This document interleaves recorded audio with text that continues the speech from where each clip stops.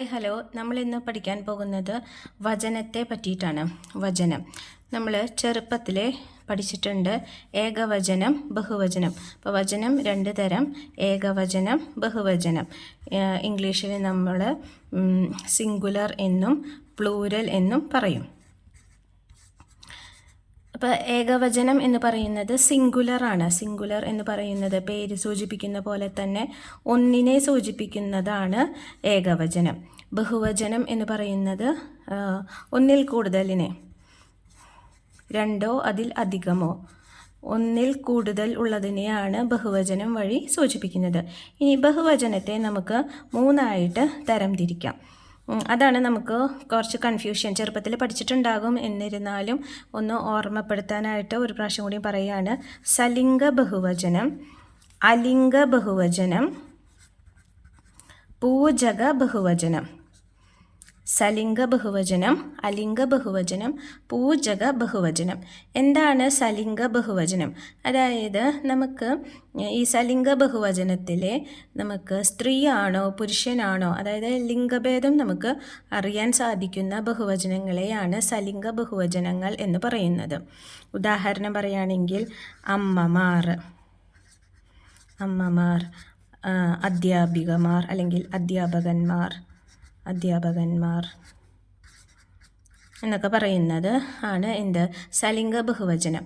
അലിംഗ ബഹുവചനം എന്ന് പറഞ്ഞു കഴിഞ്ഞാൽ നമുക്ക് അവിടെ ലിംഗം ഏതാണ് എന്ന്, സ്ത്രീയാണോ പുരുഷനാണോ അതോ ആൺ പെൺ വ്യത്യാസമൊന്നും പറയാൻ സാധിക്കാത്ത ബഹുവചനങ്ങളെയാണ് നമ്മൾ അലിംഗ ബഹുവചനം എന്ന് പറയുക.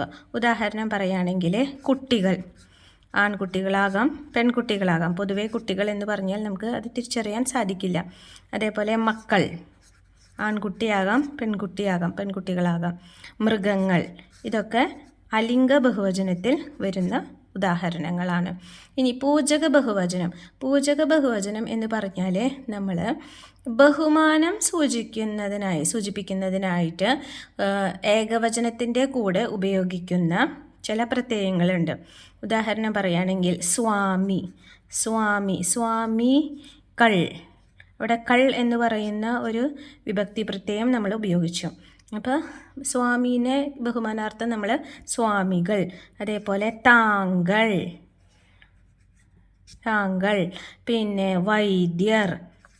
ബഹുമാനത്തെ സൂചിപ്പിക്കാനായിട്ട് ഉപയോഗിക്കുന്ന ബഹുവചനമാണ് പൂജക ബഹുവചനം. അപ്പോൾ വചനം എന്ന് പറയുമ്പോൾ നമ്മൾ റിലേറ്റഡ് ടു നമ്പേഴ്സാണ്. ഒരു കാര്യത്തിൻ്റെ നമ്പറുകളാണ് ഉദ്ദേശിക്കുന്നത്. അത് സിംഗുലർ ആവാം, പ്ലൂരൽ ആവാം.